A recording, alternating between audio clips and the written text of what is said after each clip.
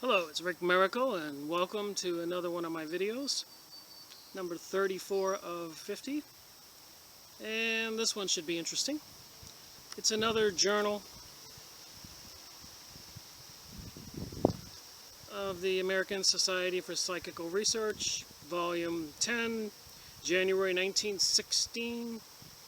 Anyways, it's about experiments in photography by Reverend Charles Hall Cook. You can go online at used bookstores and find these, but they have a lot of people here who are the honorary members. And just to start out here, who's who? Experiments in Photography by Reverend Charles Cook. Introduction by James Hyslop, Hyslop. And the publication of Dr. Cook's report on his personal experiments should be preceded by 2 or 3 comments. The private character of the man and his clerical profession. The exclusion of the medium from the results. So he didn't include the medium, the person who has psychic abilities that are usually present to call forth spirits or do automatic handwriting. Psychics. And the comparison of the phenomena with those published in the proceedings. That's the Psychic Research Society's proceedings they publish. Volume 8. A statement as to the position taken by the editor regarding the phenomenon. As indicated, Dr. Cook is an Episcopal clergyman who went into journalism after a short career in the ministry. He has been interested in psychic research and seems especially have carried out on personal investigations in so-called spirit photography. Alright, Photographing the Invisible is another book by James Coates, C-O-A-T-E-S. And anyways, we published the experiments of Mrs. Marguerite DuPont Lee. And as many of the readers of the journal do not see the proceedings, I shall briefly summarize the results there recorded. Mrs. Lee is a sister of the great powder manufacturer, that would be DuPont family, and is a woman of sufficient means to have built a charity which she personally conducts. She has no mercenary interest in the experiments which I reported, having conducted them for her own personal satisfaction. Her social connections take her out of the ordinary class of people. Anyways, her automatic writing told her she could take photographs of the extra normal type. She took her son's Kodak and went to work. It was some 3 months before anything began to appear, and nothing appeared on them until some 3 months elapsed, and the first unusual result occurred after she had seen a brilliant light of the psychic type. And I'm skipping around, I'm just doing my highlighted portions. Often a disc of light was produced on the film, such a light as sometimes develops into the face with a clairvoyant. So sometimes a clairvoyant or a medium who's doing a seance, a bright light might come over their body or their face, which incidentally, a lot of the UFO sightings are bright lights. I find that rather interesting. Among the results were a photograph, repeated in many forms and positions, of Mr. Bocock, who had been a friend of Mrs. Lee. The first alleged picture of Mr. Bocock was a facsimile of a pen drawing. They didn't have fax machines back then, but somebody drew it with a pen drawing, not of a photograph. None of them were reproductions of the only photographs of him in the possession of relatives and friends. Many of the photographs were of written messages purporting to come from Mr. Bocock, who had died some 8 or 9 years ago. accepting the genuineness of those not taken by a camera, but by tying the plates in black carbon envelopes on her head that showed that optical laws had nothing to do with them. So she would take a photographic plate. Back there in 1916, they did it differently. They had these plates, maybe the size of this book right here, and they would have to keep them in a box and turn the light out in a room and put it in the camera, and then pull the flash and time it for a couple seconds. So they would take these plates that took the film, and they would hold it to the top of the forehead. If you wish, you may claim that spirits caused them, and then when they developed the film, after holding it to the forehead, not taking the picture, there would be messages on the plates. Interesting? We do not know anything about the waves of spirits, at least insofar as physical phenomenon is concerned, except that they may resort to somnambulistic states in which to work as in trances. We also know that there is evidence that they exist. Just like the remote viewing we've talked about in some of my videos that the government's into. The symbolic state is basically an almost sleep or deep sleep induced state. So the medium would go into a deep state, for example, and maybe put the plate next to her head and go into a trance, and then when they developed it, there would be a message on there from somebody who had deceased. The results might be produced by spirits without being photographs of spirits. Alright, let's get into some good stuff here. The Reverend Charles Carl Cook, Ph.D., and clergyman, as we know. Anyways, there were 2 supernormal results. I'm skipping everything, just doing my highlighted sessions, just getting to the meat of the subject. Whilst Mr. Wiley was standing apart in conversation with Mr. Criminger, not more than 5 feet, I think, from the camera, and looking towards me at the time of the exposure was made, Mr. Cook here was actually using a camera and taking a picture of himself with a medium present in the room and a couple witnesses. Okay, I heard him say, "I see a bright spot near the elbow of Miss Dr. Cook's arm." He described it as a spot of light, luminous. Again, the UFO sightings, there's a lot of luminous beings sighted. In his formal statement, Mr. Disler says, that's the photographer, "At the time I made the exposure, Mr. Wiley was standing at a short distance and said he saw a bright spot on Dr. Cook's arm."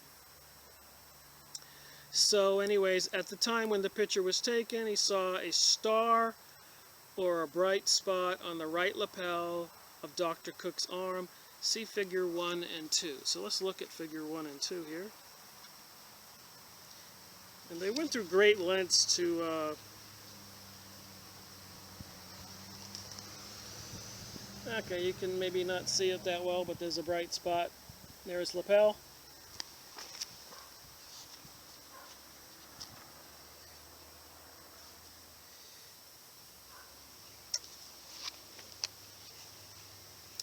On developing the negative, we discovered Mr. Wiley's statement on what he saw to be correct. There was beyond doubt plain to be seen a spot resembling a bright or luminous object near the elbow of my right arm.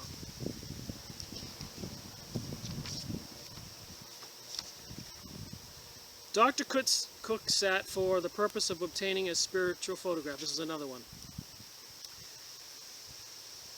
Okay, we developed it. In doing so, we saw coming upon the face, other than that of the sitters, before the latter became visible, to be the face of a girl or a young lady, somewhat blurred, but plainly visible on the dark background in the upper part of my vest. So that would be figure 3.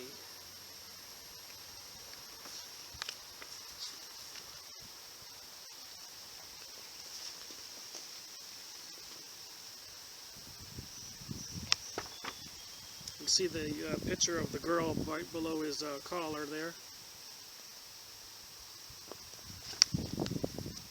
Alright, I gotta try to handle this a little better so you can see better. Alright, then the second experiment, appearing upon the plate of a face. I'm just moving on. I saw on it a face of remarkable beauty and distinctfulness. Comparing it with the face in the preceding experiment, we saw it was the same face that appeared upon the plate the day before, that of a girl or a young lady. Okay, and again, I'm just skipping over here quickly. Halo of luminous radiance, star-shaped flower and lily in hair just above the forehead, and symbolic representations of a cross and a heart below the face. Oh, here we go. She passed into the other life about 4 years ago. So somebody recognized who the girl was. And her name was Flora Lunden. This was 1886. Almost 4 years after the foregoing record or affidavit, relative Flora Lunden deceased. And it was an excellent likeness of his niece. This was an attorney that Dr. Cook ran into who identified her. And being in Los Angeles, California, as an idle visitor, I chanced to see a personal handbill announcing Dr. Cook would deliver a lecture on that evening on psychic research. I had never up till then known Dr. Cook, but attracted by the nature of the subject. Among these pictures was one I distinctly recognized as that of Flora Lunden, who had died more than 30 years ago. Her death occurred shortly after her return from Washington, D.C., where she had been with her grandfather, General Lunden, to witness the ceremonies and the inauguration of General Grant as President of the United States. She was my niece, and during all her life I was in her company and knew her intimately, hence am now able to aver from my own personal knowledge the aforesaid photograph bears the most strikingly resemblance, got a bug here, to my niece. Anyways, so she had that.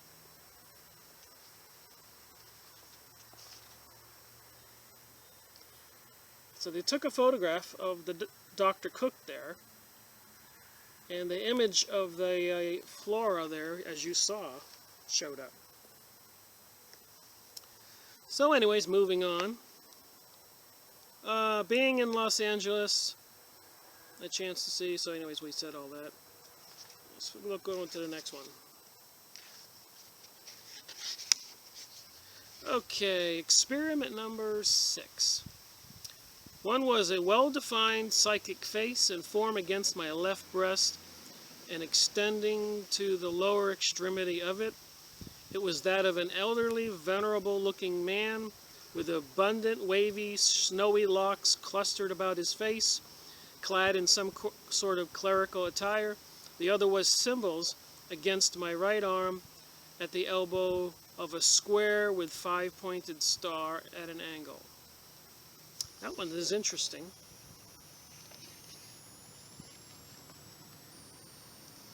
Because those are Masonic symbols.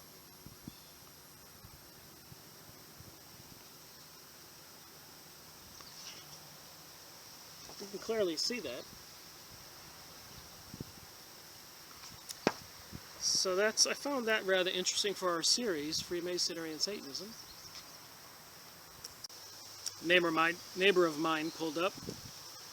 My mouth is dry, I'm stuttering today. So anyways, he took this picture of himself, you can see it, and there was the compass and the star and that man's face, and he was perplexed, he didn't know who it was, and there came into my mind 2 words, Emanuel Swedenborg, S-W-E-D-E-N-B-O-R-G. Apparently he was a well-known person. So, Ireland's Life of Swedenborg. So moving on to the next one. I'm just skipping over a lot of this stuff. Hope you can keep up with me. There was plainly to be seen in it a crescent and a star in it, and a message in writing subscribed with names of 2 well-known persons deceased. The message was as follows. Keep on with your investigation, and you will be backed by a power that will bring you success. Philip Brooks and John Rhodes. So he did another one, and that would have been experiments 5, 6, 7, 8. And this is number 8. Actually, Swedenborg is in there. These 2 photographs, these 2 experiments. Clearly it looks like the same guy.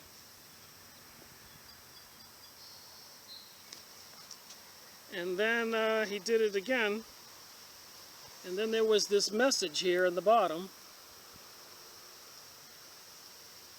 Notice the moon and the star. It's an upside down star. And you see the message. And you can see that the written message is actually not on the plate itself, because it's on top of his fingers. Can you see that? Isn't that amazing? So what I thought was interesting, that moon and that star reminded me of something. So I had to, of course, look up what it reminded me of. And this ought to blow you away. Because these are witches' symbols. The moon and the star. I got this off a witch's website. And the upside down star is the devil.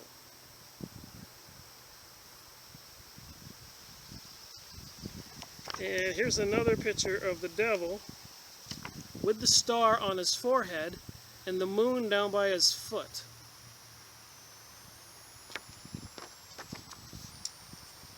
Okay. And another one of the devil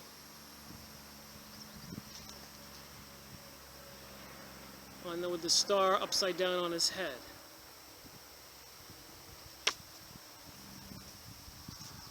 So I just thought that was interesting, the star and the moon. So and I'll let you look at it again. You can pause this and print the page out. But that's the message from the other side, the spirits, and it has the witches' symbols on there. I thought that was kind of a little creepy. My book's falling apart. It's 1916. So anyways, it says right there, the T and the H and the A were actually on top of the fingers in the photograph.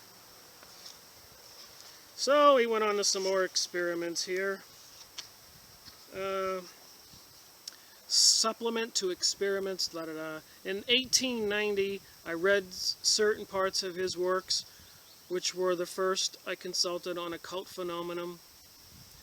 I was then investigating, besides psychic photography, other phases of mediumism, slate writing, trumpet, independent voices and materialization. Spiritual-minded Episcopal Bishop of Massachusetts, the New Education, Psychometry. Alright, experiments in psychic photography. Mr. C told me to place it film side up on the table and then to place my hand over it so as to form some sort of cabinet with a cup-like space beneath them, of which I did. Thereupon, addressing supposedly his guide, so somebody was addressing a spirit guide, Mr. C said, "Dr. Gordon, we are ready. Are you?" Then 3 loud raps or knocks sounded as though made on the wall above our heads.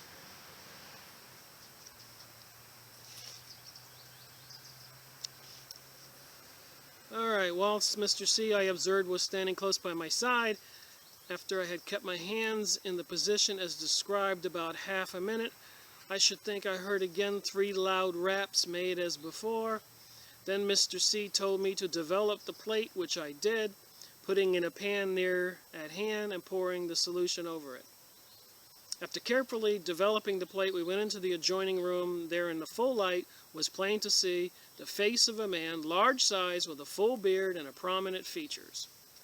So that would be figure 14. Let's see here. So let's see what figure 14 looks like.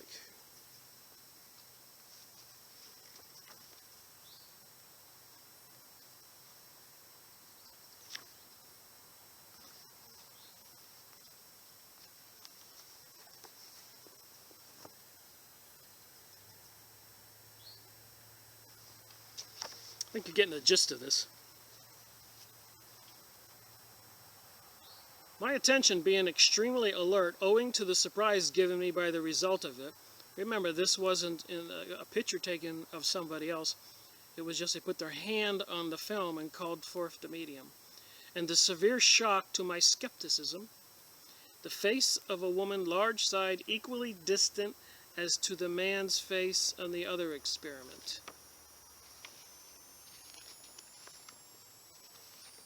So they did another one, and they got this woman. Alright, in the summer of 1903, I made the acquaintance of a lad of 16 years old, Charles Bartell, who, as I was informed, had discovered on his plates while photographing views of the mountains, phantasmal faces and figures. So Dr. Cook met this guy.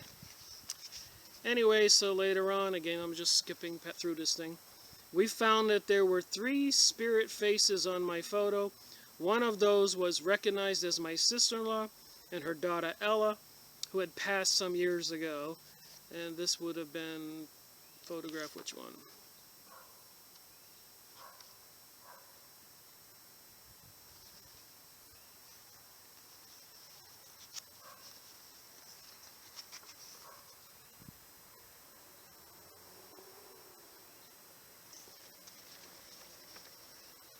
You can get these books on used book sites. Just look up Journal of the American Society for Psychical Research.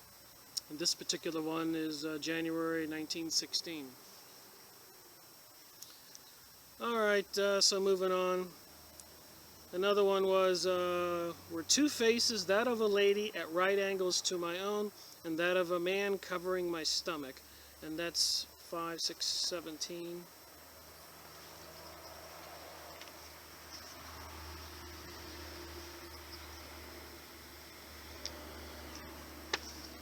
I like to collect old books like these and read them.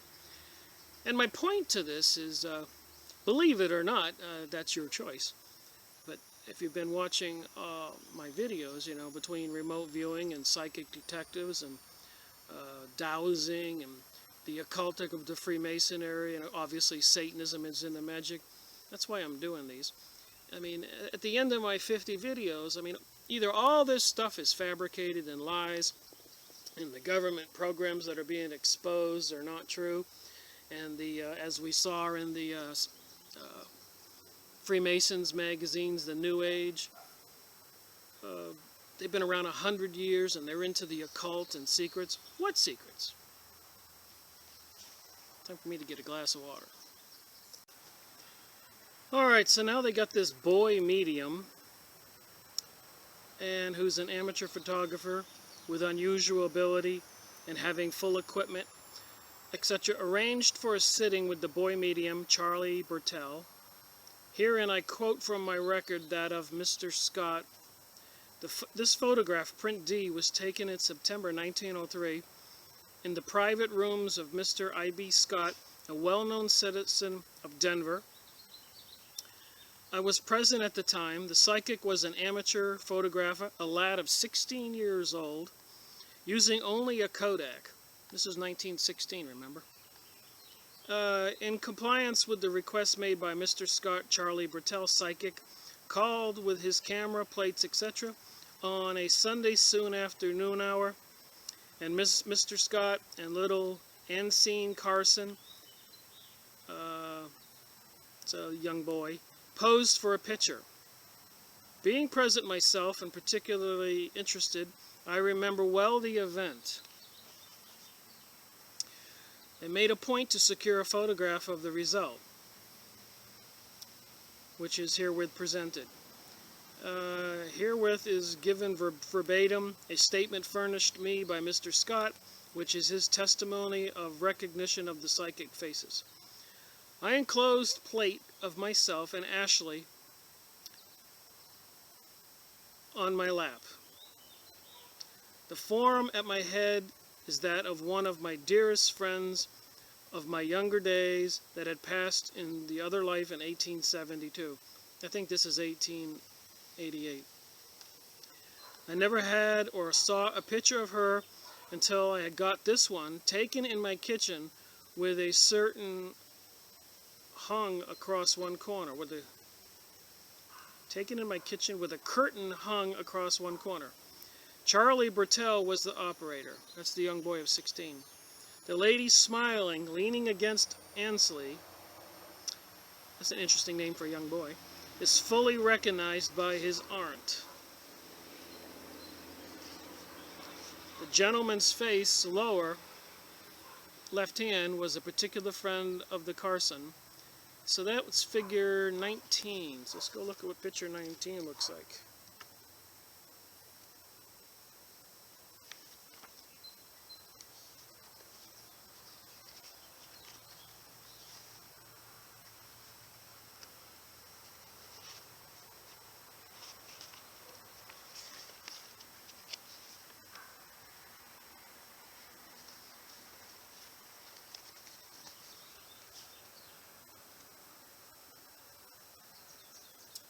Can you see the phantasms in the picture? I didn't want to tear my book apart, otherwise I think you could probably see these better. As you can see, it's all in a book here.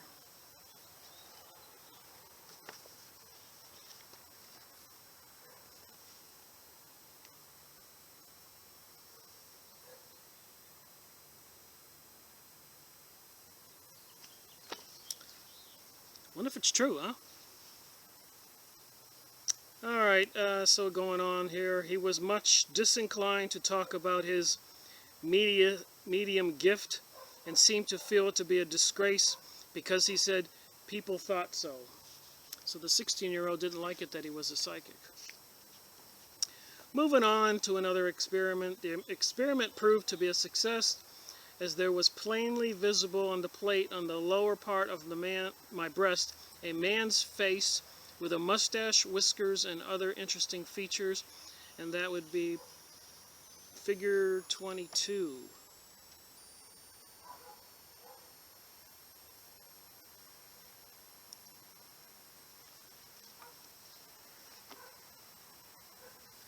So 2 X's and a 1. There we go.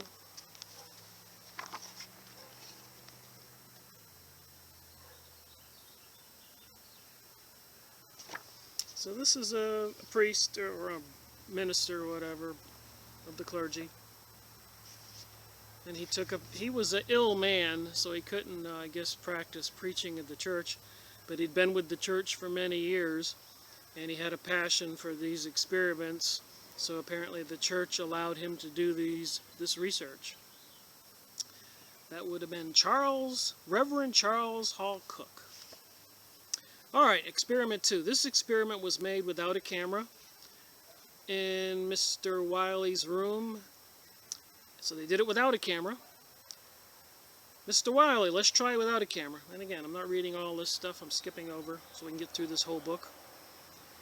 Okay, when Mr. Wiley let go, his firm hold on the other end saying, "It's done. Didn't you hear the raps?" So back then, there was a lot of... They would hear raps from the spirits, the manifestations. That you couldn't see them, but they could rap and signal they were there. I myself developed this plate in the evening of the same day. It was very evident at a glance that the experiment had proved successful, for there was plainly visible on it the face of a man, very large and distinct, with mustache and other interesting features. Also, there was seen in the corner of the plate distinctly made my particular S mark, And that's figure, again, 22. And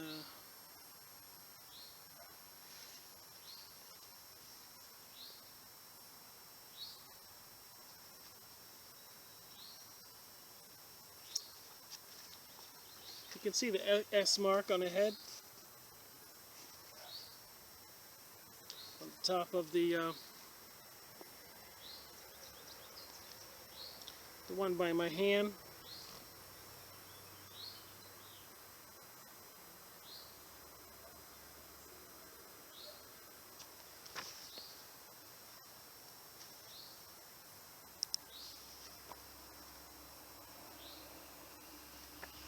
So moving on here, let's try it without a camera.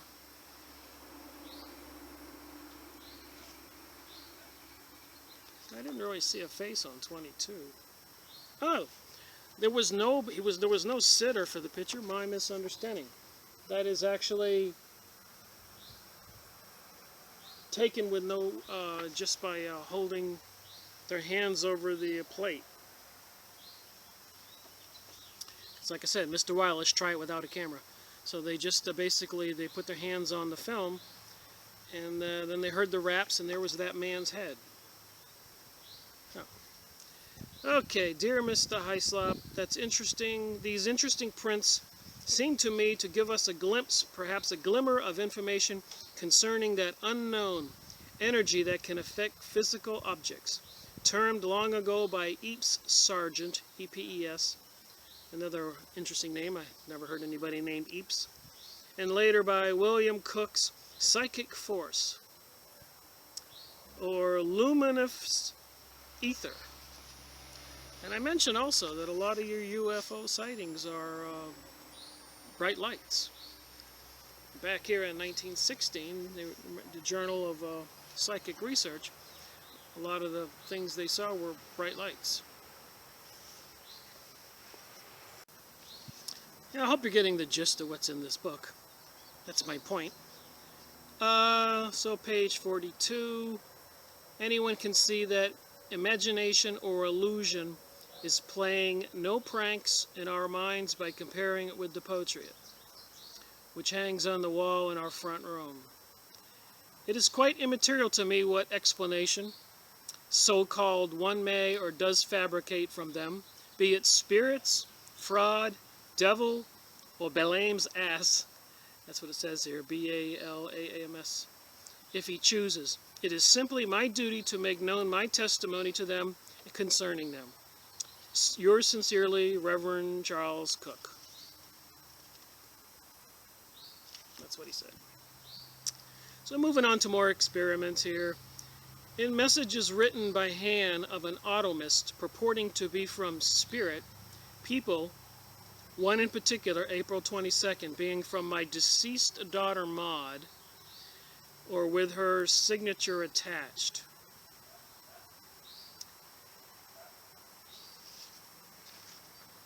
Alright, one being a bust of Abraham Lincoln, another of Longfellow, and another miniature oriental just above the center. So they did another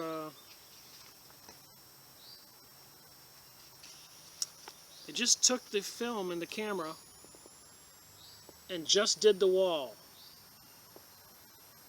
with Mr. Reverend Cook sitting there. And you can see Lincoln and Longfellow and a Chinese guy there.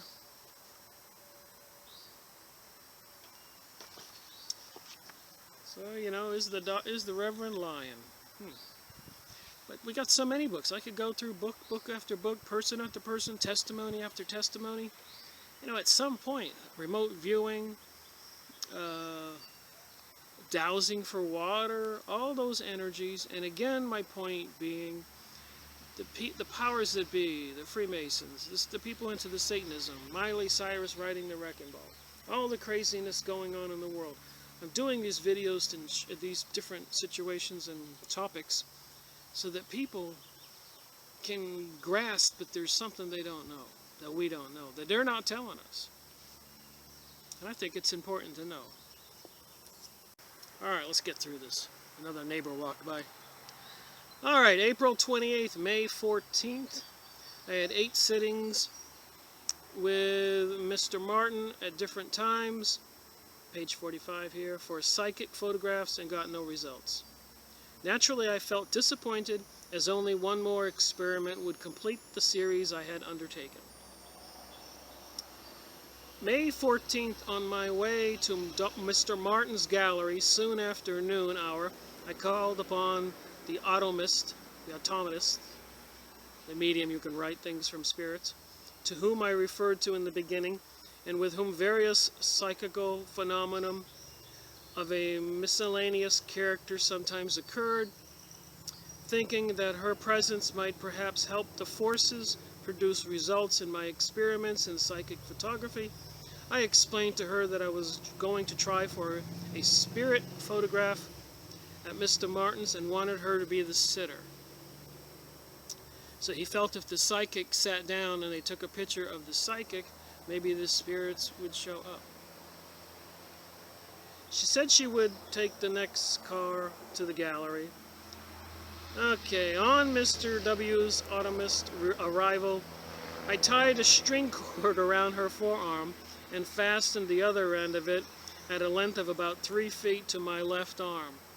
So he didn't want that lady getting away from him and pulling any tricks. Alright, final experiment. Again, I'm just pitching 2 pages past here. I'm not reading it all. The automatist participated.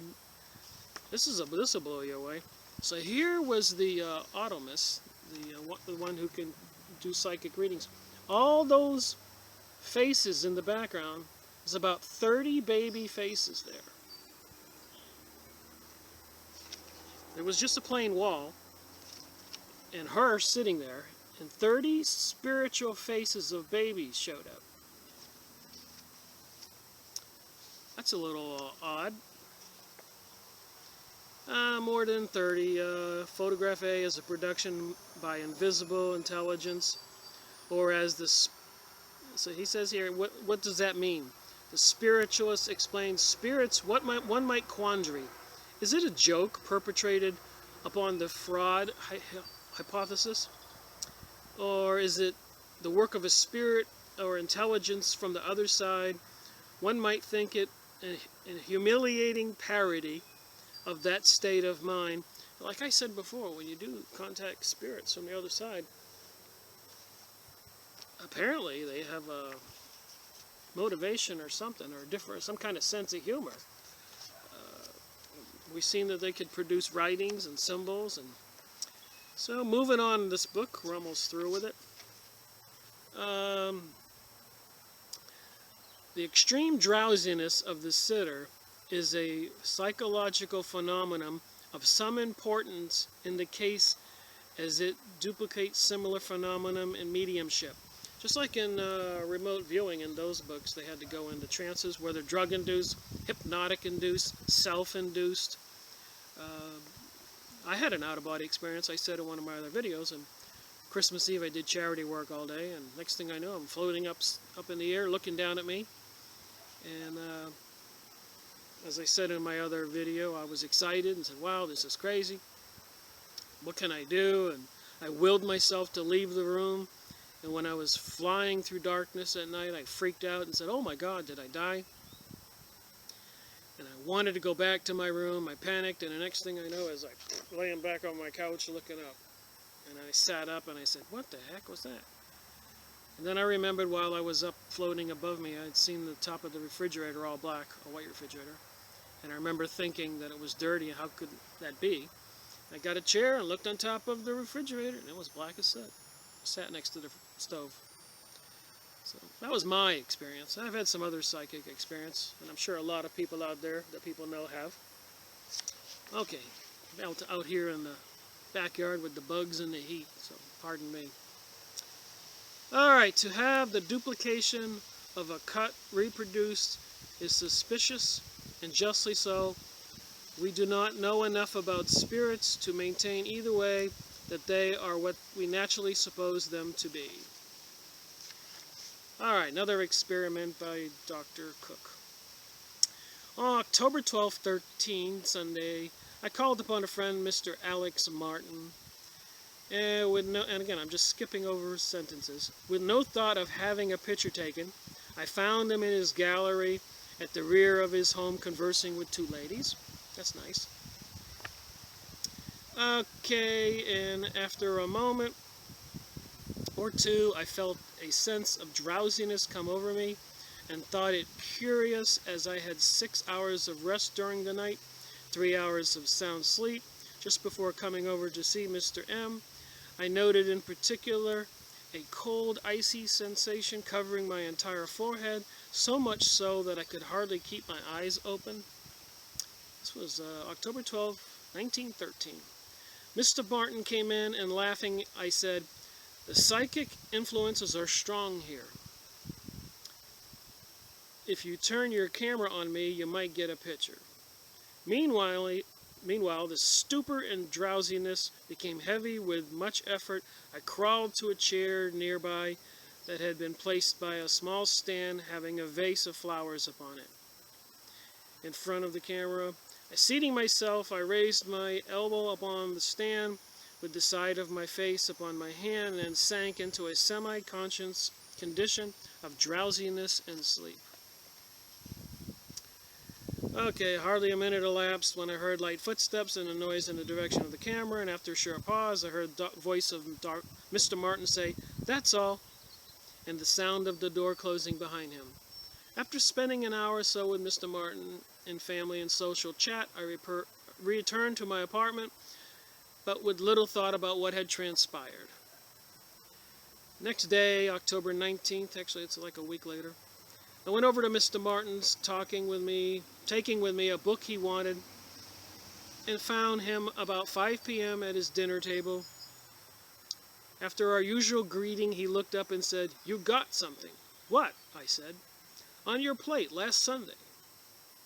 "So I'll get the print," and I made of it, and he said, at once rising from the table, he went out a moment, returned, and handed me the print. While I was looking at it, he said, "Can you recognize it?" "Sure," I said. "It's Father Ryan. I recognize it from the steel plate portrait in his volume of poems in my library. It's a perfect likeness of him." So, that's Father Ryan.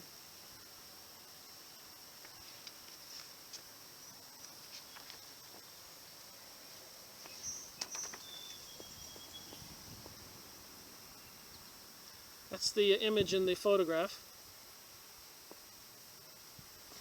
And this is the steel plate that he has in Father Ryan's poems book. So apparently he didn't know Father Ryan, but apparently a lot of people back then. I don't know that poet, maybe you do. So, for a while I held my magnifying glass alternately over them, critically examining them. He was examining the steel plate from Father Ryan's poem book and the image. Then I leaned back in my chair, my hand resting on the table, and stood holding the magnifying glass to think the matter over, when I felt a pressure upon my head.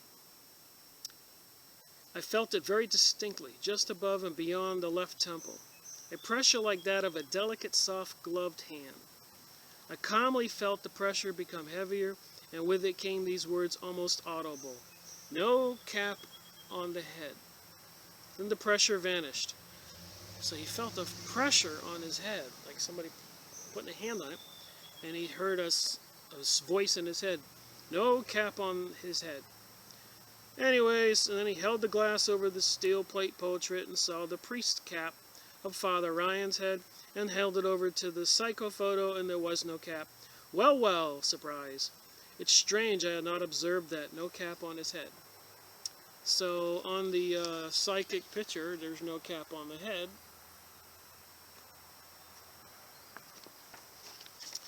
And on Father Ryan's picture in his book, there's a cap on the head. Whatever that means. And you can see the hair, so apparently it wasn't a trick to copy that. So moving on, now we're almost through with this.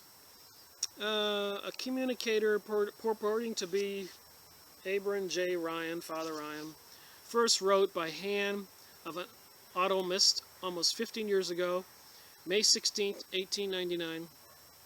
The automist was not a professional or advertising medium, but simply a girl yet in her teens. So the girl in her teens was having psychic ability and was communicated by this Father Ryan. Okay, moving on here, Reverend Charles Cook, Denver, Colorado. Nearly 2 months had elapsed. Today, middle afternoon, I took a car to make a social call-up on my friend Alex Martin, when suddenly my attention was directed to a sensation like that of a sort of an electrical energy passing through my body, and words almost audible came to my mind. Get a picture. Words, okay. So he told his friend there, Mr. Martin. While Mr. Martin was absent, he told him to get his camera right away. While Martin was absent, a feeling of drowsiness came over me, accompanied by numerous delicate touches upon my hands, face, and sensations, a sort of electrical energy through my hair and pressures and drawings upon many different places in my head. The temper deepened almost to unconsciousness when I was aroused by Mr. Martin opening the door and saying he was ready. Okay, so the developed plate showed that my experiment had not proved a success, and there was there was visible no distinct impressions other than my own. So this was the picture he took. No images, no phenomenon showed up. So anyway, so if I don't have to read this to you, I'll just tell you because I already know.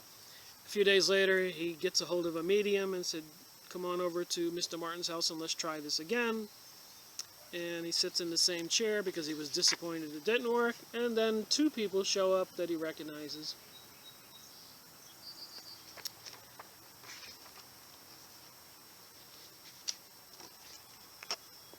And these are some pictures of the people he saw that are deceased, that are in his images. So there you have it, another book on the purpose and scope of the society, and then again you have that symbol of that cross there, see it? And so I thought about it, look and see my symbols and see if that cross was there, and I believe I do have some. I should get that out of my next part of this video. But the Queen has that cross on her, and the Knights Templar have that cross on them, and the Freemasonry use that cross. Many of those occultic groups, Rosicrucian, uses that cross you see right here. And then, of course, when we looked at this, that one photograph, I don't mean to be a little bit suspicious here, but there's the moon and the upside-down star, and the handwriting is on top of the fingers. You know, I'm reminded of the star with the devil there, upside down, on his head. The moon and the star, that's a witch's symbol. You can get on any witch site. And the devil sign. And again, the devil with the star and the moon. Stranger than anything, huh? Isn't it? So now I'm going to go off topic, because something else is important. Did that video on that material there because I think people don't know everything. Here's something else I think is important, and you can look that up on the internet, but the American Policy Center, there's something going on called Agenda 21, or something called sustainability. And please look up the American Policy Center. But apparently in all the cities across America, they're doing something called sustainability. They're taking over people's property rights, controlling people, global warming, pollution, basically a communist-style takeover of America where you really don't have your property and overtaxing everybody. And there's something called the American Policy Center, and Tom DeWeese is the president. And my battle to stop Agenda 21 is really heating up. And the other side has called out the big guns, so the powerful political elite with the New World Order are really pushing this. In Europe, over in England area, it's called Common Purpose, and here it's called Agenda 21. And there's a lot of the states are opting out of this, but it's all kinds of forceful controls of spying on the citizens, policing your own well use. They want to put meters on people's wells. Agriculture, they're mandating what kind of seeds you can use. It's complete dominating control over the people. And with this psychic stuff here that I've been going over, trying to say there's more to the Freemasons, more to the Rosicrucians, more to the Knights Templar, more to George Bush's Skull and Bones.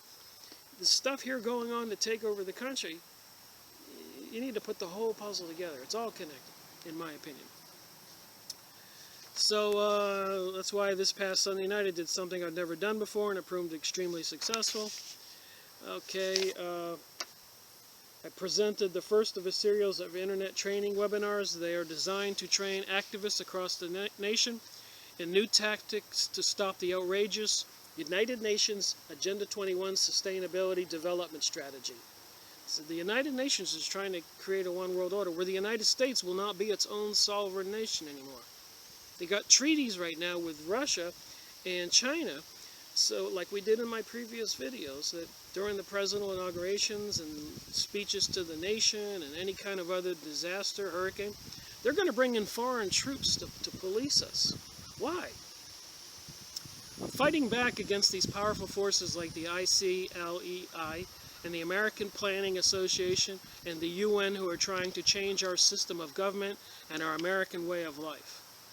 So to help train property rights activists across the nation on how to stop Agenda 21, my American Policy Center, APC, is presenting these training webinars for free so that we can get as many activists as possible to take part. And again, please go look up this guy's website. I've been following his work for quite a while.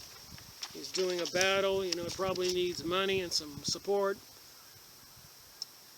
People are buying guns, people are buying bullets, survival gear.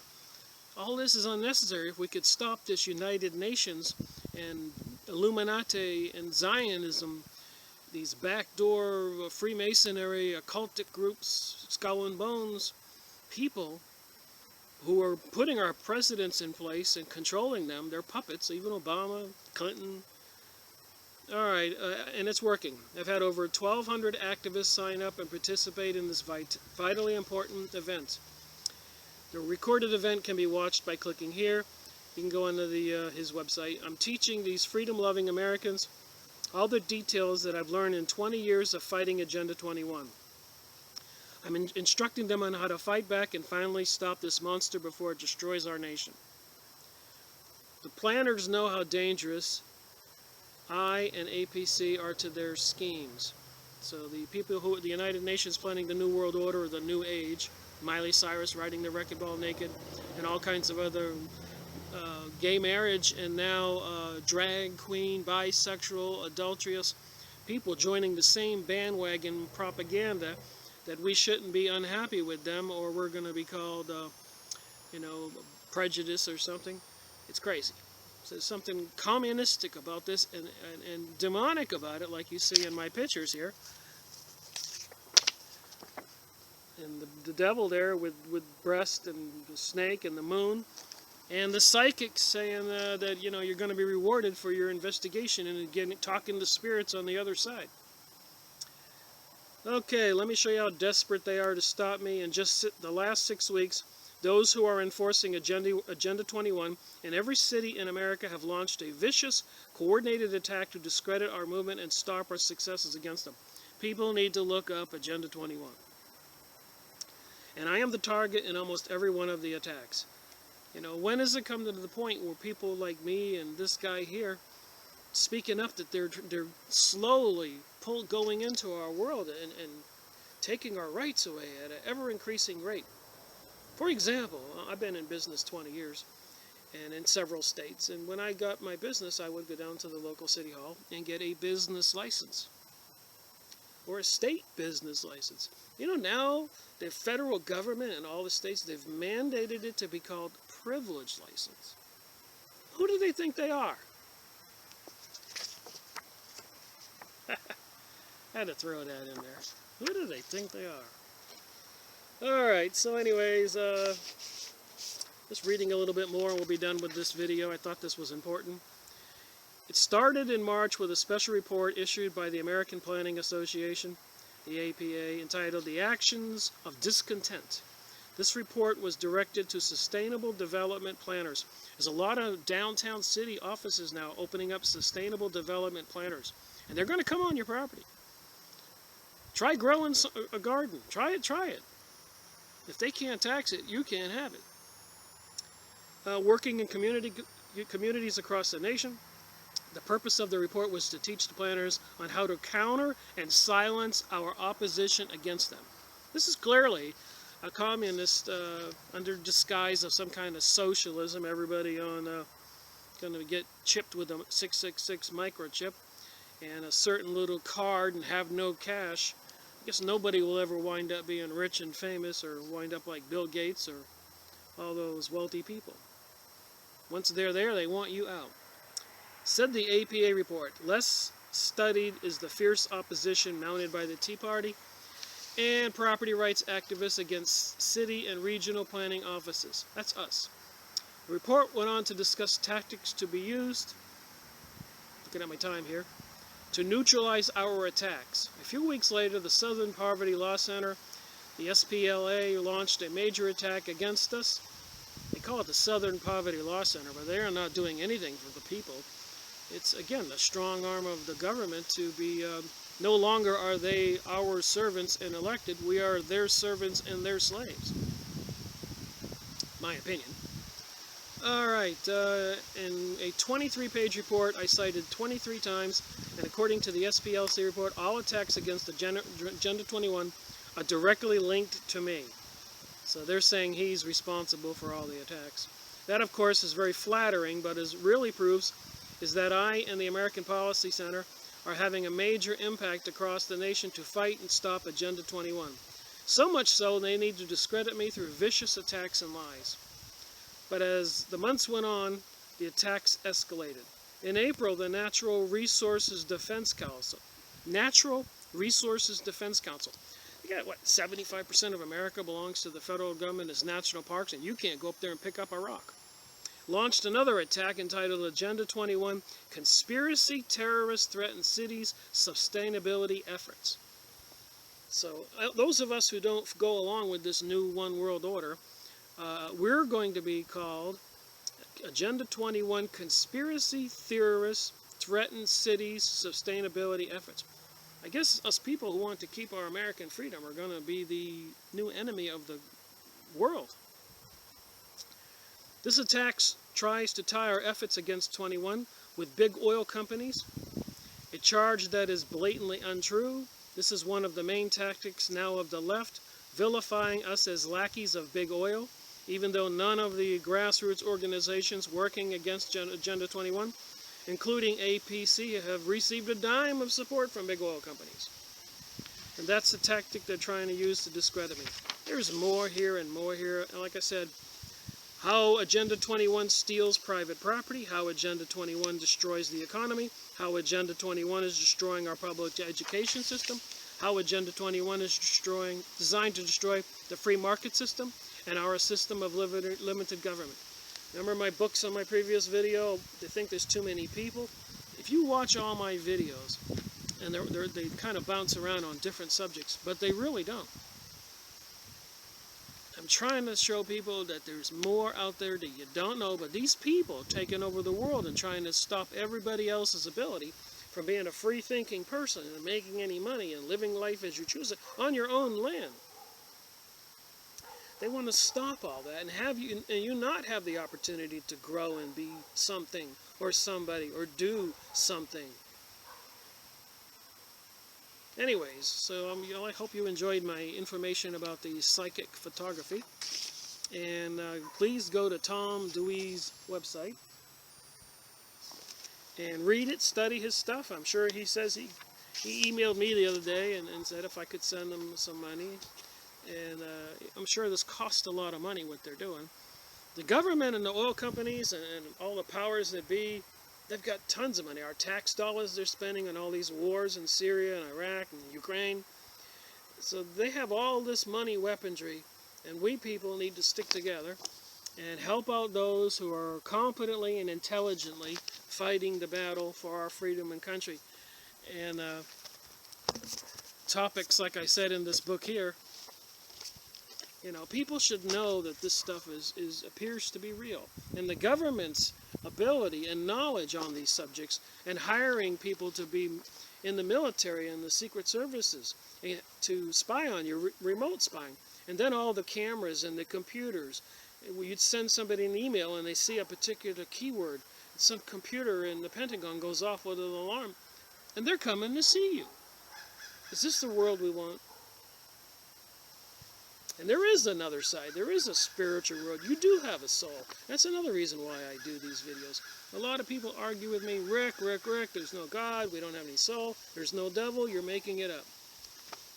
I showed you the pictures that came back from the spirits, and I showed you the devil pictures. Coincidence? Did anybody else put this together before? I know I can get going a little bit. And thank you for bearing with me during a difficult reading. But I think I got my point across. There's more to things than we know. And the next video should be another interesting one. I think I'm going to do it on the planet Sirius and the Syrian UFO aliens. By the way, a lot of the UFO sightings, and I've taken photos of some, I'll show you that too, they're bright light, like orange orbs in the sky. So thank you for watching my video. Keep the faith. Knowledge is key. Sharing with your friends gently. Can't force any of this on anybody. But there's things that we just don't know. Things that we should know.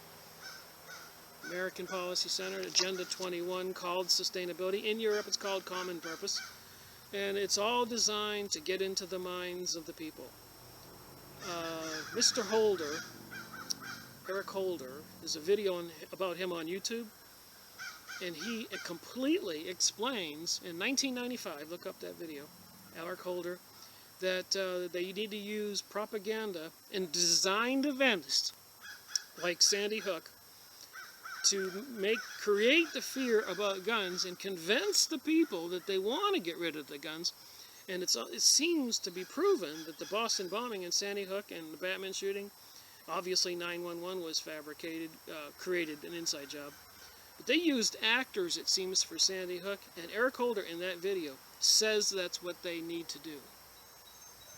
Eric Holder, 1995 video, Remove the Guns. Look that video up and watch him talk about creating these events using the same commercial and the same movie producers that sells Tide or other detergents and children's cereals. He says we need to use that technology to brainwash the people so that they'll force the government to take the guns away from the law-abiding people. Then your communist government is coming, and if anybody knows anything, well, now shut up here, but when they removed the guns from the Russians and the Germans and the Austrians and the Chinese, right after they got all the guns, a lot of people were slaughtered. That's my opinion. So I hope you learned a little bit about psychic stuff, and a little bit about Agenda 21. And I say everything is connected. What are these people? Freemasons, occultic, Rosicrucians, the growing satanic community, the Skull and Bones. What are all these people that are into the occultic? Even the church, the Jesuits. They're all into the secret initiations, putting a dagger to the chest and saying you have to tell anybody, we'll kill you, cut your throat, spill your guts. It's all connected. What do these people into the occult know? Now you know that this stuff, if you believe it's real, is real. Go online and get some of these books. $5-10. Read it for yourself. Share it with your friends. Thank you very much. Rick Miracle reporting.